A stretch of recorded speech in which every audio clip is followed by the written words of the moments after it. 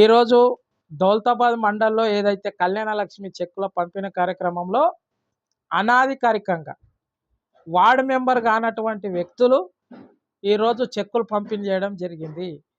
Youth Congress leader అని, అదేవిధంగా మండల నాయకులు, ఎటువంటి వార్డు మెంబర్ కానీ వార్డు మెంబర్ గెలవని వ్యక్తులు ఎంఆర్ఓని పక్కన పెట్టుకొని కళ్యాణ లక్ష్మి చెక్కులు పంపిణీ చేయడం జరుగుతుంది. మరి ఇది డాక్టర్ బిఆర్ అంబేద్కర్ రాసించినటువంటి రాజ్యాంగంలో మరి ఎక్కడ ఉందో నాకు అర్థమైతలేదు.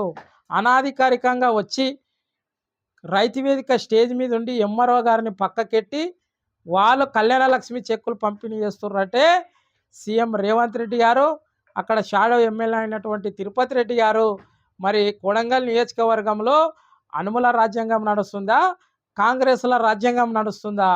మరి డాక్టర్ బిఆర్ అంబేద్కర్ రాజ్యాంగం రాసిచ్చినటువంటి మరి రాజ్యాంగం ఎక్కడుందో ఒక్కసారి మరి రేవంత్ రెడ్డి గారు చెప్తారా, అక్కడున్న మరి షాడో ఎమ్మెల్యే అయినటువంటి తిరుపతి రెడ్డి గారు చెప్తారా?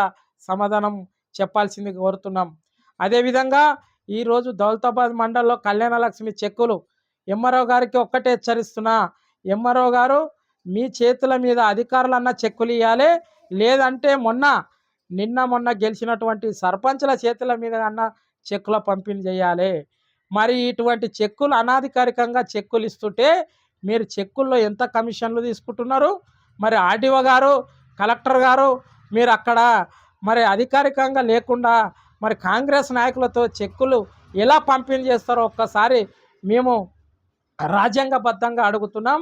ఖబర్దార్. మేము కూడా మరి అందరు కార్యకర్తలారా, మేము బీఆర్ఎస్ పార్టీ తరఫు నుంచి ఒక మాజీ జడ్పీటీసీగా గెలిచిన మాకు కూడా ఇంటిమేషన్ ఇవ్వకుండా ఎంఆర్ఓ గారు వాళ్ళని భయంతో అధికారులను భయభ్రాంతులను చేసుకుంటూ మేమే చేసింది అనుకుంటున్నాం.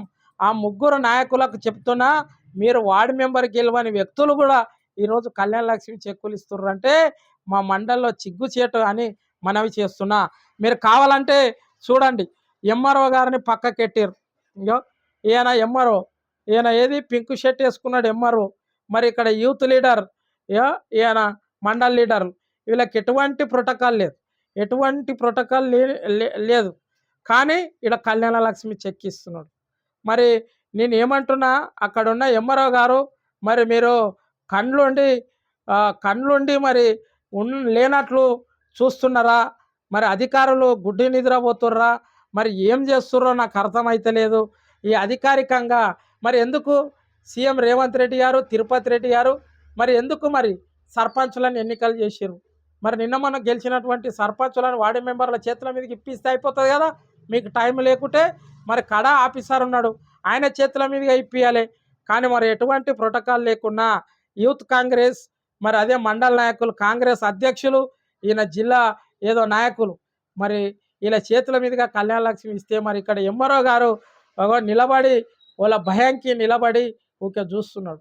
మరి ఇది ఎక్కడ రాజ్యాంగంలో ఎక్కడుంది? కొడంగల్ నియోజకవర్గంలో యనుమల రాజ్యాంగం నడుస్తుంది. ఒక్కసారి కండ్లు తెరిచి కొడంగల్ ప్రజలు ఎప్పుడు ఊత పెట్టాలని చూస్తుర్రు. మీకు దమ్ము ధైర్యం ఉంటే లోకల్ బాడీ ఎలక్షన్లు పెట్టండి, తెలుస్తుంది. ఎంపీటీసీ జెడ్పీటీసీ ఎలక్షన్లు పెట్టండి. అని ఇటువంటి ఇది వేస్తే మేము తరిమి కొట్టే రోజులు వస్తాయి. ఆల్రెడీ మీరు ఏమేమి చేస్తున్నారో, ఆల్రెడీ గోకపస్లాబాద్లో ఒక దేవాలయానికి కబ్జాకు గురిపడ్డారు. అదేవిధంగా ఆ ప్రాజెక్ట్ వస్తుంటే ఒక గిరిజన్ తండ అయినటువంటి రామన్కుంట తండని అక్రమంగా గుంజుకోవడం జరుగుతుంది. కానీ ఇది మేము కొడంగల్ నుంచి గెలిచినటువంటి ఎమ్మెల్యే రేవంత్ రెడ్డి గారికి కానీ ఒక్కటే హెచ్చరిస్తున్నాం, రేవంత్ రెడ్డి గారు మీరు కొడంగల్ నియోజకవర్గాన్ని అభివృద్ధి చేయండి, కాలువలు చేయండి, మేము కాదన్నట్లే. అనాధికారికంగా పోయి వీళ్ళకు అధికారులను బెదిరించి కళ్యాణ లక్ష్మి చెక్కులు ఇవ్వడం ఎంతవరకు సమంజసమో ఒక్కసారి నీ గుండె మీద చేయలేసుకొని హెచ్చరించుకో అని తెలియజేస్తున్నా. అదేవిధంగా కొడంగల్ నియోజకవర్గంలో ఇసుక మాఫియా, భూదందాలు చాలా అవుతున్నాయి. కానీ 2 సంవత్సరాల్లో బీఆర్ఎస్ గవర్నమెంట్ వచ్చిన తర్వాత విజిలెన్స్ ఎంక్వైరీ వేసి ఒక్కొక్కరిని అంబేద్కర్ చౌరస్తాకు ఈడ్చుకుంటూ వచ్చి మీ లెక్క కట్టిస్తానని మనవి చేస్తూ ఈ ఎంఆర్ఓ గారికి వెంటనే ఎంఆర్ఓ గారిని, ఆర్డీఓ గారిని సస్పెండ్ చేయాలని మనవి చేస్తూ, సస్పెండ్ చేయని విధానంలో మేము గిట పెద్ద ఎత్తున బీఆర్ఎస్ నాయకులం ఎంఆర్ఓ ఆఫీస్ ముట్టడిస్తామని మనం చేస్తూ ఈ అవకాశం ఇచ్చిన మీడియా మిత్రులందరికీ ధన్యవాదాలు తెలియజేస్తూ ముగించుకుంటున్నా. జై తెలంగాణ, జై కేసీఆర్, జై నరేందర్.